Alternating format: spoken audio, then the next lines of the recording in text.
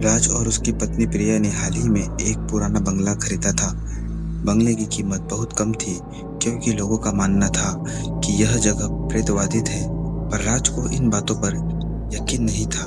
शाम को जब वे अपना सामान बंगले में ले जा रहे थे, तभी एक बूढ़ी औरत ने उन्हें रोक कर कहा, बेटा, इस घर में वो आईना मत ले जाना, वो शैतान है। राज ने उसकी बात को अनसुना कर दिया।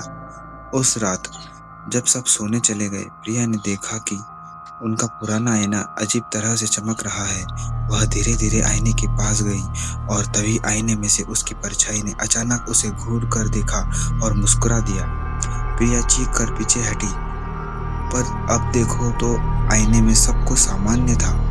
शायद मैंने गलत देखा, उसने सोचा।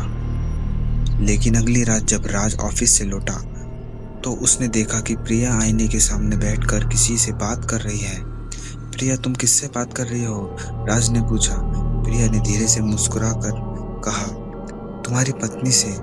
और तभी आईने में खड़ी उसकी परछाई ने हाथ बाहर निकालकर प्रिया का गला घोंटना शुरू कर दिया।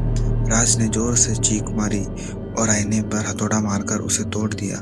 टूटे हुए शीशे के टुकड़ों से खून बह रहा था और एक भयानक हंसी की आवाज पूरे कमरे में गूंज उठी। अगली सुबह पुलिस ने बंगले में राज का शव पाया।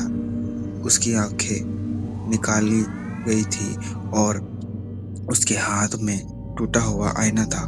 प्रिया का कहीं पता नहीं चला। कहते हैं अगर आप आधी रात को उस बंगले के सामने से गुजरे तो टूटी हुई खिड़की से एक स्त्री का हाथ बाहर आता है, और अगर आप उसकी तरफ देखिए तो आपको टूटे हुए आईने में अपनी खुद की परछाई मुस्कुराती हुई नजर आती है।